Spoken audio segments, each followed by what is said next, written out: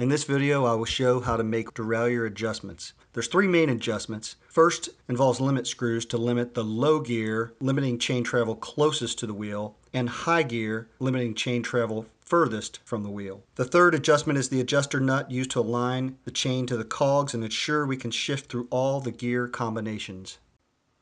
We'll start with the low gear limit screw by shifting the chain onto the largest cog. In this case, you can see it's possible to flex the derailleur too far to the left into the spokes. We need to correct this by limiting the movement. A clockwise turn of the low screw will force the limit further right. Perfect.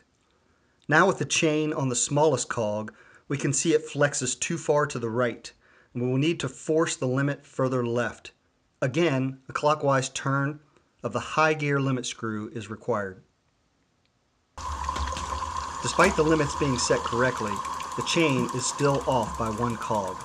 The adjuster nut is used to properly align it, clockwise towards the small cog, counterclockwise towards the larger cog. Next, I shift through all the gears to ensure that alignment is correct. Last is the inline cable adjuster. It can be used to make fine-tune adjustments while riding the bike. That's it. Thanks for watching. Happy adjusting.